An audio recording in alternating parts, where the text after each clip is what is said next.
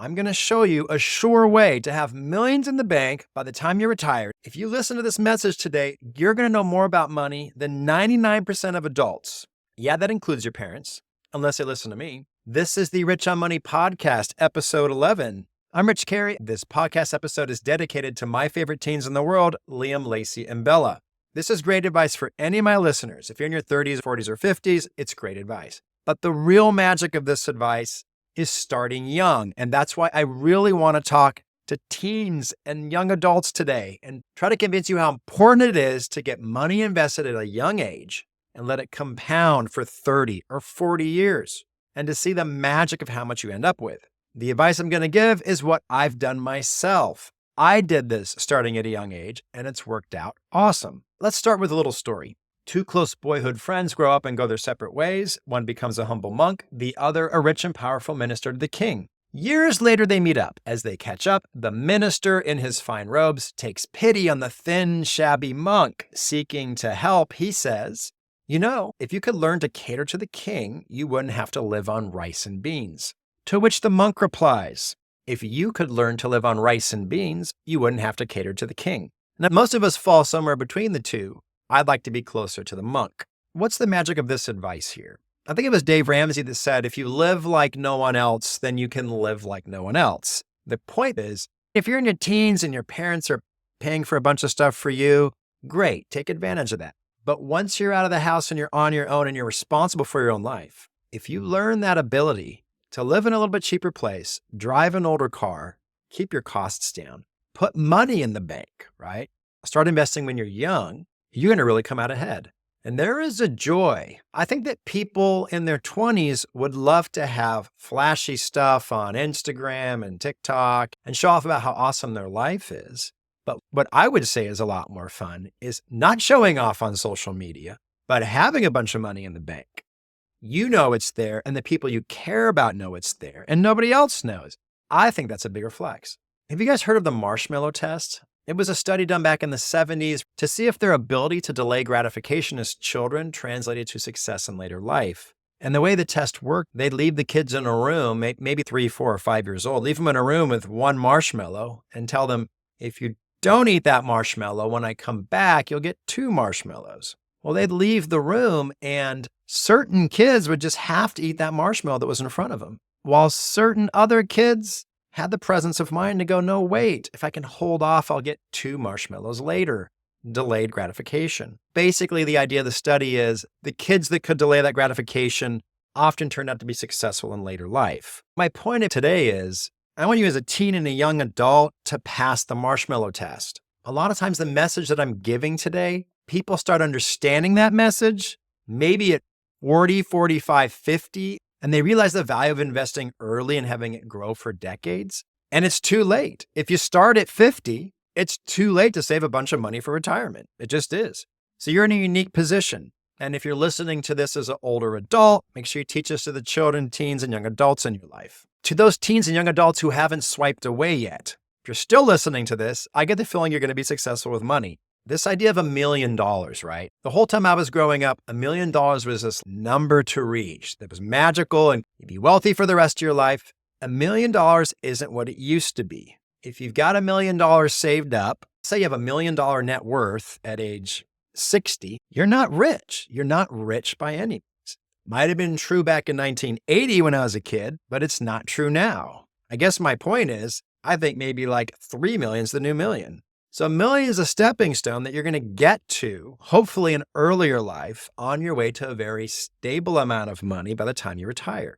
Don't get wowed at the number 1 million. So I'm going to tell you what successful people do with their money. But first, let's talk about the things you don't want to do with your money. And they're the things that you've definitely heard about, that you see other people be successful doing. These are the things that are in the media a lot more, social media, things that other adults talk about, and you hear people bragging about how they're making money. And these things just don't work. Usually these are ways of investing where you can make a lot of money quickly. An investment that can make a lot of money quickly is considered volatile. Volatile means it can go up very quickly. But the part of volatile that people don't seem to understand is it can also go down very quickly. Think day trading, think crypto, think IPOs, any kind of unproven investment. These things are sexy. They're fun to talk about. You're going to see people that make a lot of money doing this stuff. I'm here to tell you those are rare events. Most people that mess around with this stuff lose money over the long run. Let's dive into some of them. Day trading. I got to talk about this first. I hear teens talk about this. I've heard my kids talk about this. There are teens and young adults that have their little app on the phone, right? And they're following certain stocks and it's going up and down and they're buying and selling. There are people out there that'll tell you, well, there's special algorithms and charts. If there's enough volume and you have this many days of this much movement, then it's about to jump up. All that's crap. Any short-term move of a stock, there are no patterns for it. There's no logic to it, right? I would call it noise. There's a lot of noise in the market. Nobody knows the future. Some of these volatile stocks take off, some drop. Sometimes looking back, you think you see patterns, only to find out if you invest that way in the future, it wasn't a pattern, it was an anomaly, and you've lost your money. Day trading doesn't work. There is nobody getting rich and nobody making a living just off of day trading. The only way that a day trader gets rich is by selling you courses on how he does it, and it probably doesn't work for him. I'd say the same about short-term stock trading. Think about people that are just, and again, a lot of adults do this. They're excited about Tesla stock, right? They're excited about Nvidia, but just these companies that are making people a lot of money and in the news a lot, and maybe they've had some big movement, they've been going up for a long time. You want to get in on it. Trading stocks over short periods of time, like hours, days, months, buying and selling, trying to figure out what's going up and what's coming down, this doesn't work. There is nobody making a living off of trading like this. If you trade like this long enough, you will eventually lose all your money. There's too much noise in the market over the short term. Trying to invest like this is not a lot different than trying to go to Vegas and make a lot of money playing roulette or blackjack or poker or the slot machine. Some people are going to make money doing that purely based on luck when they first start. But when they play for long periods of time, I'm talking about Vegas now, when they gamble for long periods of time, it is actually a mathematical certainty they will eventually lose. And if you kept playing, you'd eventually lose everything you started with. That's simply a mathematical certainty. That's why the buildings in Las Vegas are so tall and beautiful. It didn't come from making millionaires out of gambling. Crypto is a new technology. It is maybe something that's going to become huge, maybe something that replace dollars, that replace the way currency is done. And those that bet on it early can be huge winners in the future. And you've seen how the money moves, right? It's moved up a lot. It's went up and down a lot. A lot of people have made money, lost money. The Haktua girl lost everybody tons of money. And there's been lots of situations like that. All I can say is if you're talking about money that you want to start putting away so that you can be wealthy when you retire, don't put it in Bitcoin. Don't put it in crypto. That's volatile, right? That's a big bet. The investing method for the rest of your life that I'm pitching you right now is something that has the highest chance of working and still makes quite a bit of money, about on average 8% a year, which doesn't seem like much from now to next year, but that can mean quite a bit when that money compounds for decades.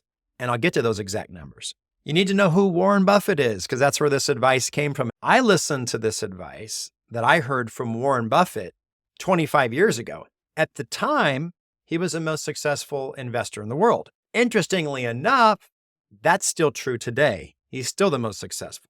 And he still has the same advice, the advice that I followed in my early 20s. Warren Buffett basically said, if you don't have time to make a full career out of full-time investing and watch the markets all day long and get a degree and read all these fancy books, you should just put your money in the S&P 500 index fund and leave it there until you're retired. That is extremely simple. First of all, what is the S&P 500? Think of a bucket, right? You've got a bucket and you take stocks from the 500 biggest companies in the US, put them all in this bucket together, and then sell that as a package. That's what it is. You're basically putting your money into the US stock market. Investing your money this way has been fairly consistent over the last probably 70, 80 years. If you put your money in the S&P 500 index and leave it there and wait 20, 30, 40 years, it will turn out that you've made on average 8% a year. Does that mean you're going to make 8% this year when Trump's doing all this tariff crap? Hell no. You might lose double. You might lose triple that this year. That doesn't matter. You still stick with the plan because in the next 4 or 5 years, that could recover or even come back up. And the next 10 or 20 years, you're back up to that 8% average again. What happens in 1 year doesn't matter for this method. It's what happens over decades. Anybody can invest with this method and be successful. I'm going to show you what the numbers are when you do this. And I've seen it in real life because I've been doing this already for 25 years. Let's say that you start doing this when you're 25. You start putting $1,000 a month into the S&P 500 index fund, an account that you own. You do that every month until retirement age. So that's $12,000 a year. How much money will you have 30 years later? If you start at 25 and you're 55 years old, how much money is in the bank? Over 30 years at 8% growth, which is the historic average, has grown to $1.5 million. That's pretty awesome. What happens if you just keep investing 10 more years? How much more money is there 10 more years later than the 1.5? In that 10 years, that 1.5 is doubled. You now have $3 million at the age of 65, and maybe now you really can retire. Now, what am I going to say about this example of $1,000 a month? That's not hard to do in your late 20s. Probably easy to do in your 30s and 40s, and simple in your 50s. A lot of people could probably double that. Well, if you double that, then the numbers double, right?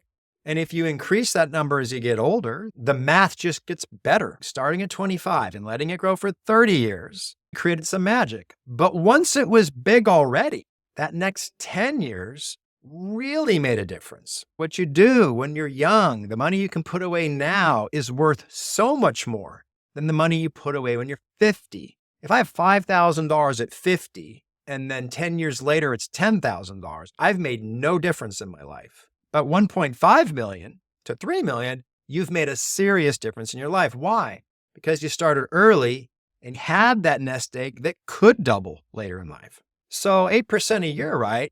Don't some people do better than that? Don't some people give their money to really smart people that invest it for them, like Morgan Stanley, Fidelity, Charles Schwab, Edward Jones? You've heard of all these companies that invest for you.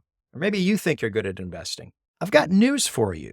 It's well documented how often these professional investors who you can pay to invest your money for you, it's well documented how often they beat the S&P 500 index fund over the long term. Basically, how often do they beat this advice that Warren Buffett and myself are giving you right now? If you take 100 people that say they will manage their money for you and they manage it for 20 years, how many of them will beat the method I'm using right now?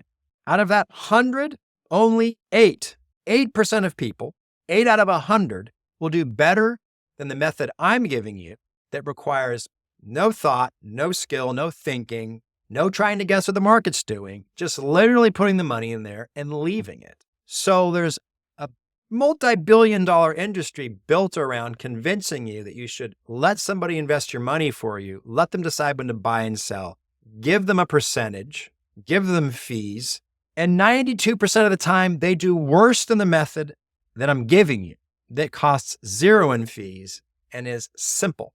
That is something that most people don't know. Now you do. You just don't need anybody's help to invest your money. The money you're going to save until retirement is simple. It's simple what you should be doing to invest it. Just listen to Warren Buffett. He's been the best investor for decades. And there's a reason for that. There are 2 types of retirement accounts you can put money into. One is called an IRA, individual retirement account, which is sponsored by you. The other is something like a 401k, which is basically an employee-sponsored retirement account. Both of these accounts have maximums for what you can put in each year. Why are there maximums? Because the government is allowing you to cheat on taxes in these retirement accounts. You are cheating on taxes when you put money into these accounts, and that money grows either tax-free or tax-deferred for the entire time they're in the account. And then when you retire, you're able to take it out, and you've made a bunch more money that way. So the max for an IRA right now is $7,000 a year, and the max for an employee-sponsored plan like 401k or TSP if you're in the military is $23,500 a month. Now, in a perfect world, you'd max both of these, right? But that'd be a lot more than $12,000 a year. If you can max them, great. You'll just see your nest egg get that much bigger. Maybe when you're 25, it's hard to max both of these accounts, but I'd say by the time you're 30, lots of you will be doing it. I was doing it in my 30s. Just max both. The last thing I want to say to you, and this is probably the most important, you've got through all this stuff. You're on your way to making all this money. Perfect example of how you can screw this up is going on right now. What's the date today? April 11th, 2025. Trump's in office for the second time, and he's doing all this crazy tariff stuff, right? Threatening all these countries with super high tariffs. The stock market's going crazy, and everybody thinks the world's about to end. What do people want to do? They have their money in the stock market right now. They want to take it out of the market because they're worried that Trump's going to cause massive drops in the market. Put your money in cash right now, let the market drop, and then when it gets low, buy your way back in, and you've avoided losing a lot of money. The problem is, most of the times in my life that it seemed obvious that the stocks were going to drop, that's when stocks don't drop. And the time that it's obvious that stocks will shoot up a lot more, that's the time that it doesn't shoot up a lot more. Timing the market like this doesn't work. When Trump was elected in 2016 for the first time, a lot of people thought the world was going to end with this guy. And so they put their money in cash and got out of the stock market. And guess what happened? Nope. Stocks just kept going right on up and hit record highs over the next several years, really up until present day. What about when COVID happened? It just seemed like the world was over. Oh my God, we're all wearing masks. We can never go out and work again. So people thought the stock market was going to crash. They pulled their money out of the market. Well, guess what happened? Just kept shooting right on up. The secret to making this work is trusting the system, taking a breather when you see things getting crazy in the markets, and just trust that this 8% over time is going to actually happen. Over time takes into account all the times the stock market dropped a lot. I think it was like 1987, like 2000, 2008, maybe again right now. That's all taken into account. And if you try to skip those drops, you often end up skipping the huge up days, and you're not going to make that 8%. You're going to make a lot less. The people that you pay to manage your money, they're going to try to time the market. And that is why they can't keep up with the S&P 500 index. It's because they're trying to guess when things are moving up and down. And you're better off riding out the U.S. economy and taking advantage of its constant growth. Look, are you a teen or a young adult and you made it to the end of this podcast? Please leave me a comment and let me know. I want to know how many young people could put up with my crap for this long. Was it useful at all? Liam, Lacey, or Bella, I want to know if you finished this. This is the Rich on Money podcast, signing off.